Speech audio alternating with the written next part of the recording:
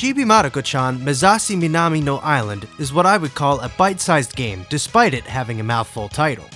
A bite-sized game is one that is enjoyed in short bursts, but is greatly enhanced with friends, much like Sugoi Hibariki. It's addicting at times, it's easy to pick up and play, and it's simply fun. And who better to bring us this licensed game than Konami?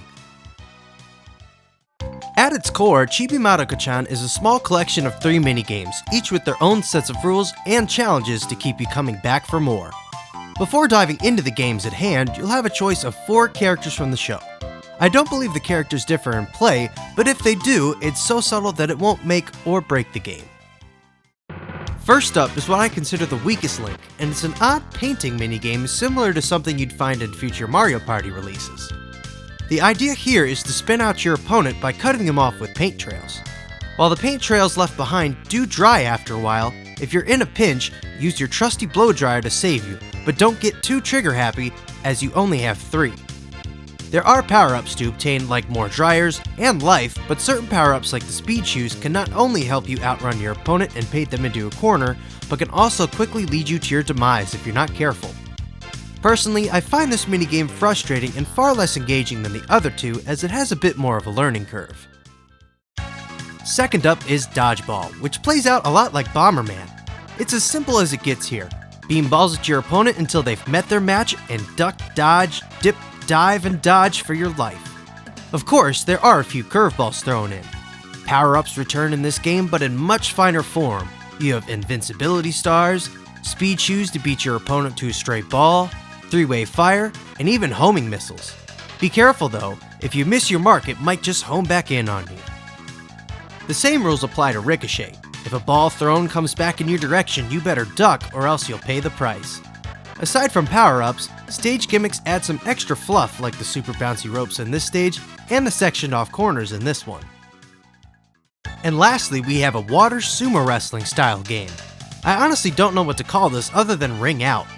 Once again, simplicity is key to the amusement of this game. Do your best to knock your opponent out of the ring and into the water. Your methods of doing so consist of ramming into them and Irish whipping them, but be careful not to accidentally throw yourself off the edge in the heat of battle. Once again, power-ups play a big part in this game. The speed shoes return, but you also have literal power-ups to bulk up your strength, and to top it all off, there's a tornado power-up that allows you to catapult your opponent at the screen just like at Turtles in Time. If you can believe it, accompanying the minigames themselves seems to be a rather elaborate story mode that plays out like an episode of the show and features a ton of characters. It seems well scripted and animated, so if you can read it, or are a fan of the show, I would give it a look. But the story mode isn't mandatory, you can simply select to play the minigames only from the start menu. Another point of interest for this game is the 4-player capability. Yes, this is one of the few SNES games that takes advantage of the multi-tap, and honestly, there's no better way to play this game than with a group of friends. A wise man once said, simplicity is key, and Chibi Maruko-chan is a perfect example of that. The controls need no explanation and the gameplay is self-explanatory, yet the game manages to be heaps of fun with the right conditions.